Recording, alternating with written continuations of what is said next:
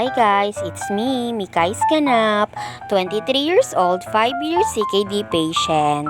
Tara, samahan niyo pala ako ngayong araw sa bahay.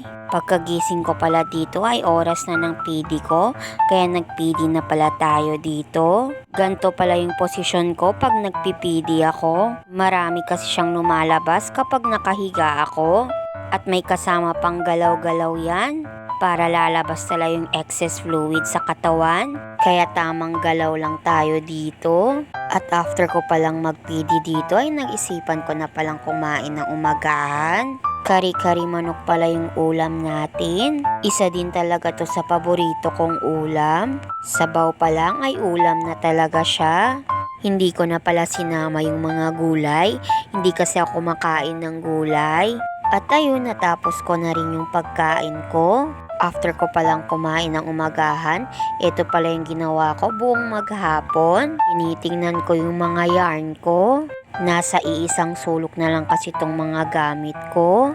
Matagal-tagal na rin akong hindi nakakapag-crochet. Siguro simula ngayon magko-crochet na naman tayo. Gawin natin yun pang palipas oras. Sobrang dami ko pa palang ditong hair clip at ponytail. At marami din pala ako ditong malalaking yarn. At eto, naisipan ko palang gumawa dito ng pillow. Ay naisipan ko palang gumawa ng strawberry na unan.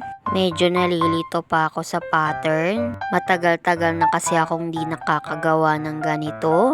Kaya medyo hindi na ako marunong. Tas medyo nahihirapan din ako. Malaki kasi yung yarn na gamit ko.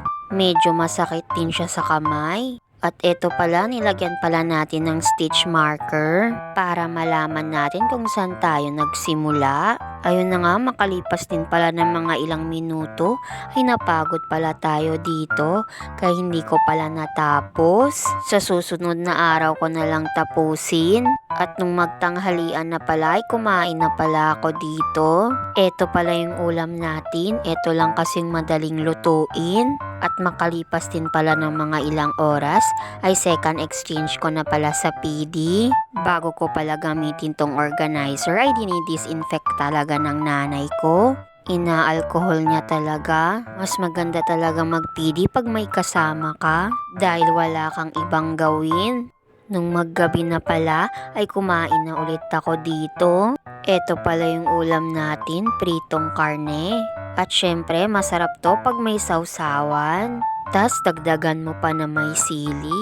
O diba, craving satisfied talaga. Mapapadami ka talaga ng kanin dito. Puro kain lang talaga yung ginawa ko buong maghapon. Walang kasawaan.